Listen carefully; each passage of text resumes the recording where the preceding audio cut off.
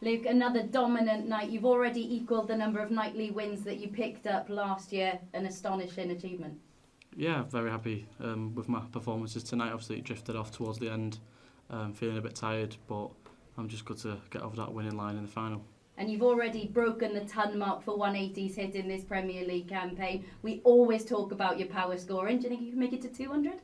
I was going into the semi-final. I think I was 3 or 2 180s away. But no, it just goes to show how well I'm doing. I think coming into tonight, I was on 92 and Luke Humphries in second was on 44.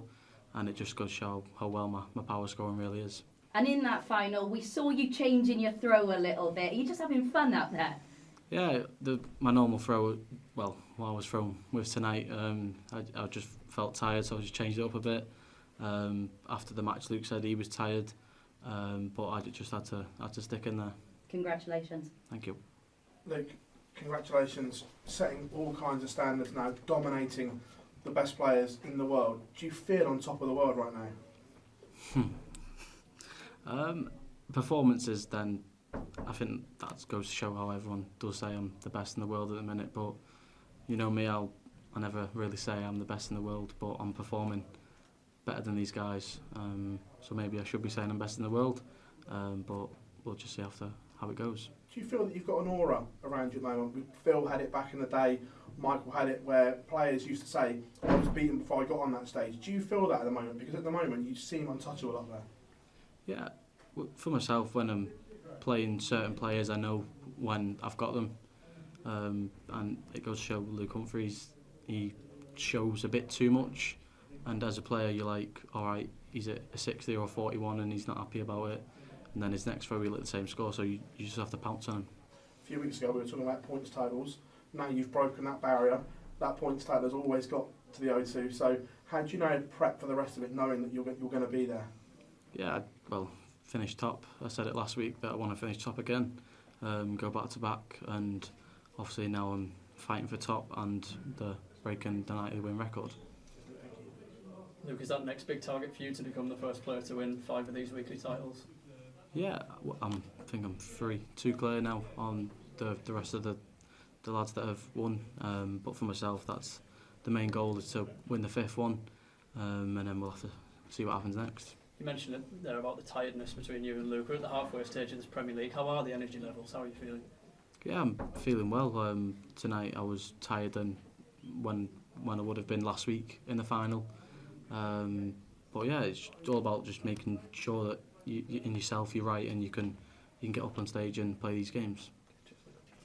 Luke, do you actually think about further targets away from just winning on the night? Do you actually think I can break records here, or do you just arrive at them and then think when I get to that point I can try and beat them?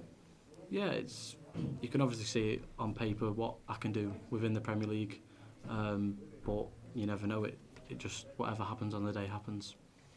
And you got quite a difficult reception tonight to start off with, and you did the sort of chin up to everyone and keep them quiet. But does that kind of, when you arrive at the walk-on, does that kind of give you an extra boost of that just energy level to go, right, I've got to put on a show again? Yeah, I always want to put on the show for the fans, week in, week out. But the banter's always going to be there as a United fan, going to the likes of Newcastle. Liverpool's coming up, Leeds is going to be coming up, but they're the ones that I most look forward to. Luke, in your first match you whitewashed Stephen Bunting. He's really struggled this Premier League, lost 8 in a row. Is it tough to go up on that stage when he's struggling? Because we know that you two get on really well. Yeah, I think last week he said he's putting too much pressure on himself.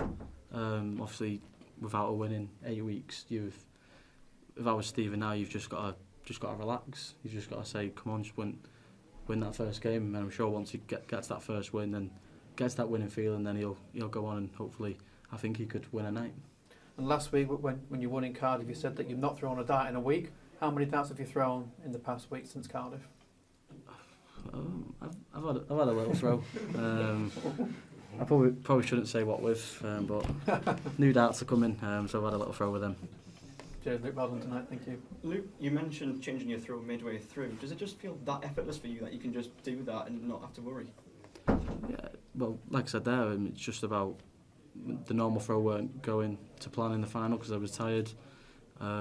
Just got to change it up a little bit, and I got over the finish line. Okay, any more for this part? Yeah, just a bit. You've got your gold darts now, Luke. First of all, what did you think of them? They are throwable, aren't they?